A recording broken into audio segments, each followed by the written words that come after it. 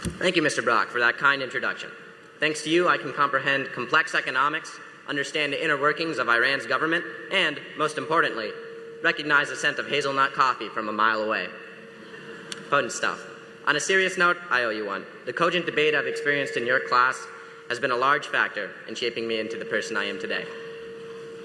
Some of you may be thinking it's rather early in the day for a high school graduation ceremony. But hey, remember, if this were a school day, it'd be past lunchtime for most of us students. That 2 o'clock feeling you have at the office, that's an AM experience for most high schoolers. So with that, good morning, class of 2015. Spending the last 4 years with this class has been amazing. I'm honored to be able to stand here and speak to you this morning. When reflecting upon all of the things we have done as a class, one thing in particular became increasingly apparent. The one thing is that Estero High School is a better place now than it was when we began. Estero students of today are headed to the finest universities. We are beating the rest of the county combined in ACE diplomas awarded. We packed the bleachers to support our student athletes. Estero today is full of students who are excited to be here, invested in learning, and proud to be a Wildcat. But that's not what I mean. I mean that students have come together and become involved to an extent where we, as a class, have created a real Estero family. If the last few weeks of school didn't make that clear, I don't know what will.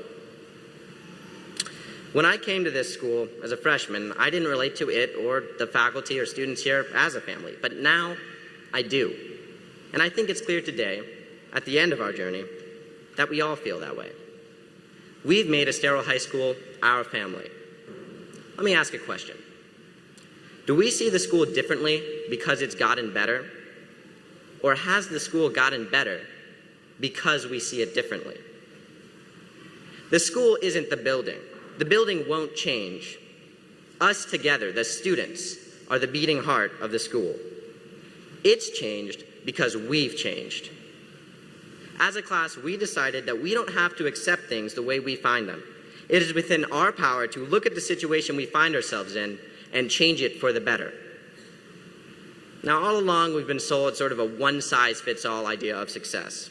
Go to school, get good grades, go to college, get a job, get lots of money, buy lots of things. Then you get to be happy. No one can tell you what will make you happy. No one can tell you what you want in life. Most people don't even know what they want. So how do we take this with us moving forward? How do we, as Ben Franklin once said, do good while doing well? I think the class of 2015 has answered that question. While we sat in class and prepared ourselves to take on jobs and be productive members of society, we also created something. We created a sense of community. Estero is a family. Our victories were sweetened, our losses were softened, because we did it together. The weaknesses of one are offset by the strengths of another. There is no mold to make an ideal student. Our community is strengthened by our differences. To me, understanding this message is far more important than obtaining the material things that are so often longed after. Don't get me wrong, life isn't easy, and the world is not that simple. I want to tell a brief story. A few months ago, I was sitting in the lobby of the school board building, waiting to be called down to help discuss some plans for a new school in the district. As I was waiting, a young boy of about 10 walked in with an elderly woman to the front desk. The kid was wearing jeans that were completely ripped apart, and not in a stylish way, and a beat-up shirt that was 2 sizes too big. The two sat down near me, and I overheard some of their conversation. The boy was visibly upset and whining of being hungry because he had forgotten his lunch number, and the only meal he usually gets is at school. This alone broke my heart. But when an employee came out from behind a desk to tell the elderly woman they couldn't apply for assistance programs and that there was nothing they could do for them because they needed parental approval to do so, and the elderly woman said that wouldn't be possible because mom and dad are long out of the picture, I struggled to maintain my focus. I was there that day to talk about whether the new school needed AP or Cambridge.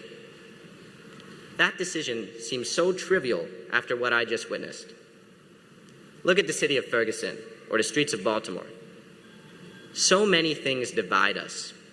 In Lee County, how many kids go to bed hungry every night? How many brilliant young minds never find their full potential because the chaos of daily life interferes? How many people with so much to offer feel alone and unvalued because they never learned that feeling of community? These things seem so far beyond my ability to confront. I look at all these problems and, strangely enough, it's me who feels helpless. But I shouldn't. My time with all of you has taught me that anything can change. Like I said, it is within our power to look at the situation we find ourselves in and change it for the better. Class of 2015, let's decide the old way isn't good enough. Let's decide that we can change the place we live. Let's decide the future will be better. Thank you.